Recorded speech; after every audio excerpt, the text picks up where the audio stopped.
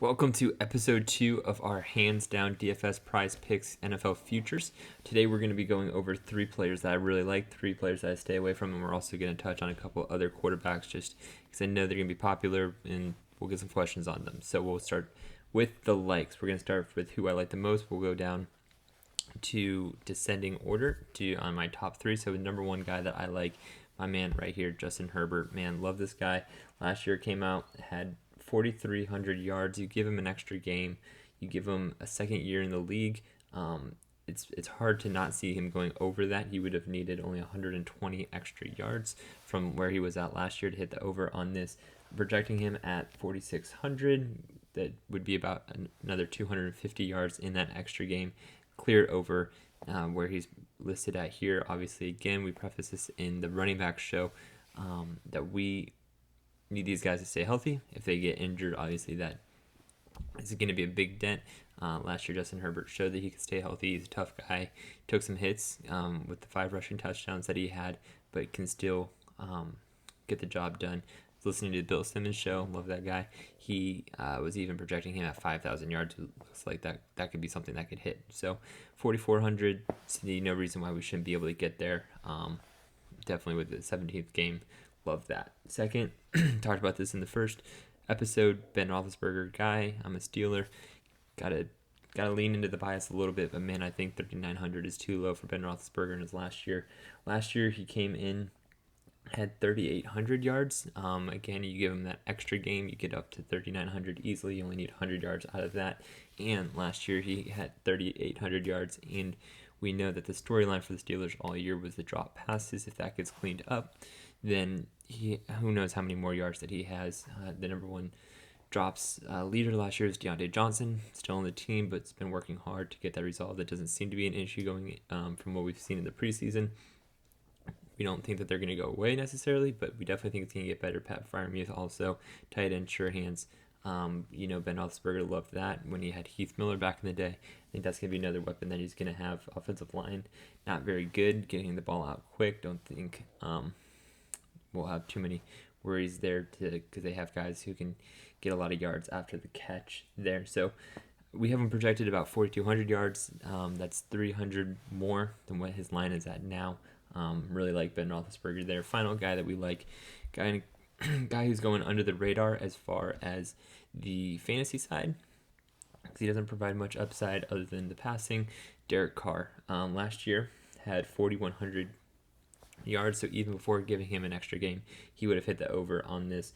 We're projecting him at 4,300 yards. He's never had an under 4,000 yard season in the last 3 years. We need him to get to about 4,100 for it to hit. Again, that's where he was at last year, even without the extra game. Really like Derek Carr this season. Get a second year Ruggs, get Bryan Edwards back in there. Darren Waller also, who we know is a monster on the receiving side. So he's got good weapons with him, even Josh Jacobs. We don't think that he's going to necessarily be a great rusher this year, but still a threat coming out of the backfield for catching passes. So like Derek Carr as well. As far as the players that we want to stay away from, some of the big names, again, just like the running backs, Patrick Mahomes, 5,000 yards is just so many yards. And not only 5,000 yards, it's 5,050 yards and a half. That's going to be sneaky, that half. But no, it really is a lot. Last year, even with how great of a year that he had, he only got to 4,700. I mean, we're asking him to get an extra 315 yards or so from where he was at last year. If you give him an extra game, I think they're going to try to run the ball a little bit more with Clyde Edwards-Helaire, hopefully get him healthy. But still, I don't think that that 550, I don't think we want to hit the under on it, but I think it's more so stay away because you never bet against the best. Right now, Patrick Mahomes is the best quarterback in the league, but that number is very high. Another guy I like to stay away from is Russell Wilson.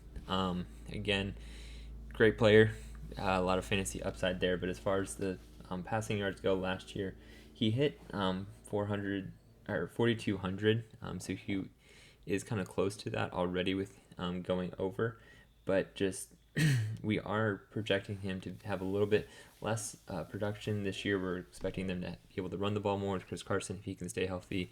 We know the Seattle offense, they prefer to run. If they don't have to throw as much, then they would prefer not to. They have a tough schedule going up against the Rams twice, and also the 49ers, who we both know have great defenses as well. And so it's going to be tough. Maybe they pick up some yards against the Cardinals, but even the Cardinals looks like they have some improved defenses as well. I know they play the Steelers as well. So again, it's a lot of tough defenses. Not going to hit the under on it again, but probably will stay away. Final guy that we're going to stay away from, and this could potentially be an under, is Sam Darnold. Going into a new situation, he's never had more than 3,100 yards. I think his highest yards was about 3,000 yards and 25 yards or so. And so, yeah, if we want to stay away from Sam Darnold on that, just because we're asking him to get up to 4,000 yards, that's going to be a big jump. New offense, he has great weapons, but again, just last year he was coming in around in the 2,000 yard range.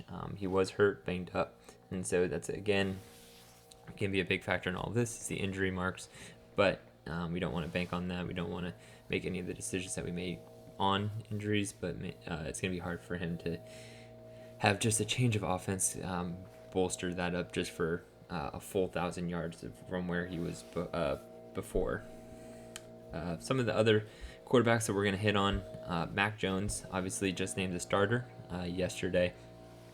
On Tuesday when that news came out that Cam Newton was going to be cut. With that being said, I don't think we want to hit the over on this just because I imagine him to be kind of in a Sam Darnold spot where this is high recruit coming out of the college. But I think the Patriots want to run the ball a lot. They have one of the best offensive lines in the league. They have Damian Harris. They have J.J. Taylor, Ramon Stevenson, who have all looked really good in the preseason. That offensive line looks great. I think there's no reason to rush Mack Jones into anything as far as having to throw the ball. Like we saw Joe Burrow have to throw the ball last year. It's really a complete opposite situation where he can just kind of make the throws that he needs to get the first downs, to get the ball moving, but we don't need to rely on him to throw 50 times a game like we saw Joe Burrow doing last year, and it eventually led to him getting hurt. Another quarterback just to touch on before we head out, the final one that we will, Jameis Winston. I know he was also just named the starter.